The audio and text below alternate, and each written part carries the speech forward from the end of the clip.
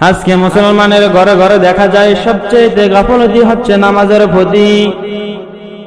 মসজিদের মধ্যে আজান হয়েছে, নামাজের ডাক দিয়েছে, মসজিদে মুয়াজ্জিনে ডাক দিতেছে হাইয়া আলাস সালাহ, নামাজের জন্য আসো। মুয়াজ্জিন সাহেব মসজিদ থেকে আওয়াজ দিয়েছেন হাইয়া আলাস সালাহ, নামাজের জন্য আসো, কল্যাণের দিকে আসো। আমরা কি করে মুয়াজ্জিনের ডাকে সাড়া দিতেছি না? যদি দেখছি আমরা বাজার থেকে বাড়ির দিকে যাইতেছি, প্রতিমধ্যে আজান হয়ে যায়, অতি দ্রুত আমরা বাড়ির দিকে চলে যাই। আর যদি কেউ বলে ভাই নামাজটা আদায় করে যান, তখন আমরা একটা অজুহাত দেখিয়ে চলে যাই, আমার কাপড় নষ্ট, আমার সবর নষ্ট। আমরা কি মহিলা, আমাদের কাপড় নষ্ট হয়? আমি কি প্রস্রাব করে পানি নিই না, তাহলে কেন আমার কাপড় নাপাক হয়? হ্যাঁ নবীর উম্মতের দল, ভালো করে মনে রাখতে হবে, আমাকে আপনাকে যেখানে যেই অবস্থায় থাকি না কেন, এই 5 ওয়াক্ত নামাজ সঠিক মতে আদায় করতে হবে। আল্লাহর নবী বিশ্ব নবী জনাবে মুহাম্মদুর রাসূলুল্লাহ সাল্লাল্লাহু আলাইহি ওয়াসাল্লাম বলেন, রাসূলুল্লাহ সাল্লাল্লাহু আলাইহি ওয়াসাল্লাম বলেন, জান্নাতের চাবিকাঠি হচ্ছে নামাজ। মিফতাহুল জান্নাতিস সালাহ, নামাজ বেহেশতের চাবি। এই নামাজ ছাড়া বেহেশতে যাওয়া সম্ভব নয়। আমাদেরকে যদি জান্নাতে যেতে হয়, সর্বপ্রথম আমাদেরকে নামাজ নিয়ে যেতে হবে।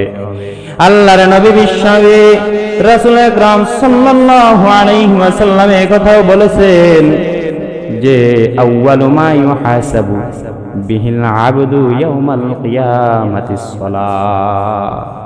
কত সুন্দর করে আল্লাহর নবী বলে গেছেন, আউয়ালু মা ইউহাসাবু বিহিল আবদু ইয়াউমাল কিয়ামাতিস সালাহ, কিয়ামতের দিন সর্বপ্রথম নামাজের হিসাব নেওয়া হইবে। তাহলে মুরব্বী বাবারা আমার, জওয়ান যুবক বাবা ভাইয়েরা আমার, আমাদেরকে মনে রাখতে হবে আল্লাহর নবী কথা বলে গেছেন, আউয়ালু মা ইউহাসাবু বিহিল আবদু ইয়াউমাল কিয়ামাতিস সালাহ। কিয়ামতের দিন সর্বপ্রথম আমাদের থেকে নামাজের হিসাব নেওয়া হইবে। আমাদেরকে সব সময় খেয়াল রাখতে হবে 5 ওয়াক্ত নামাজ যেন আমাদের থেকে না ছুটে যায়, না কাজা হয়।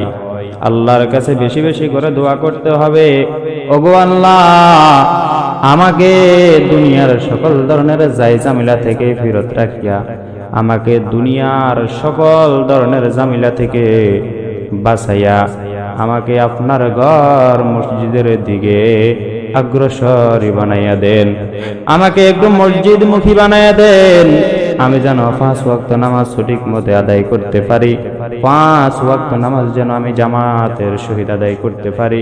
এই জন্য আল্লাহর কাছে বেশি বেশি দোয়া করতে হবে।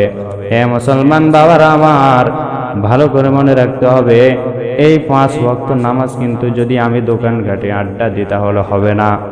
এই 5 ওয়াক্ত নামাজ যদি আমাকে জামাতের সহিত আদায় করতে হয়, ইমামের সাথে, মুয়াজ্জিনের সাথে, অর্থাৎ মসজিদের মধ্যে যারা খেদমতে আছেন তাদের সাথে সুসম্পর্ক, ভালো সম্পর্ক রাখতে হবে, তাদের সাথে ভালো সম্পর্ক রাখতে হবে। ইমামের খোঁজ খবর নিতে হবে, মুয়াজ্জিনের খোঁজ খবর নিতে হবে।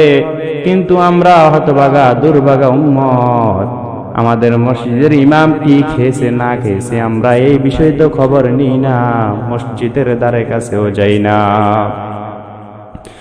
মসজিদের ধারে কাছে যেতে হবে, ইমাম মুয়াজ্জিনের খবর নিতে হবে, কারণ তারাও হচ্ছে আমাদের পরিবারের একজন।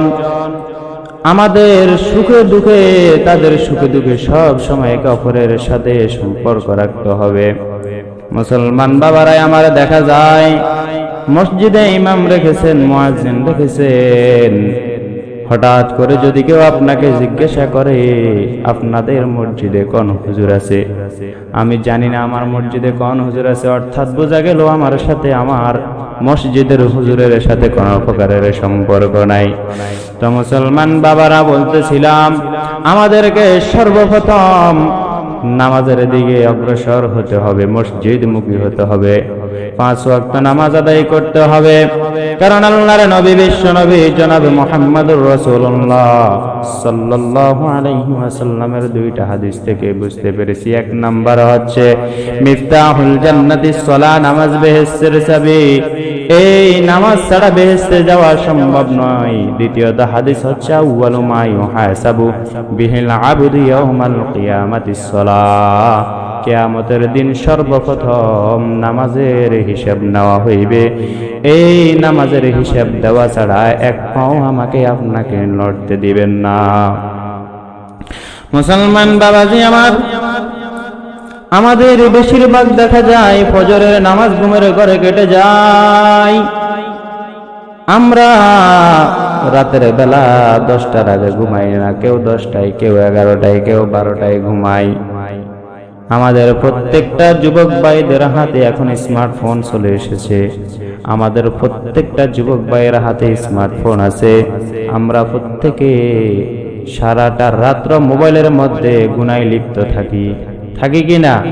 মোবাইলের মাধ্যমে আমরা গুনার মধ্যে লিপ্ত থাকি। এরপরে যখন ফজরের আজানের সময় হয় তখন আমরা ঘুমিয়ে পড়ি, আর আমাদের ফজরের সময় হুঁশ থাকে না।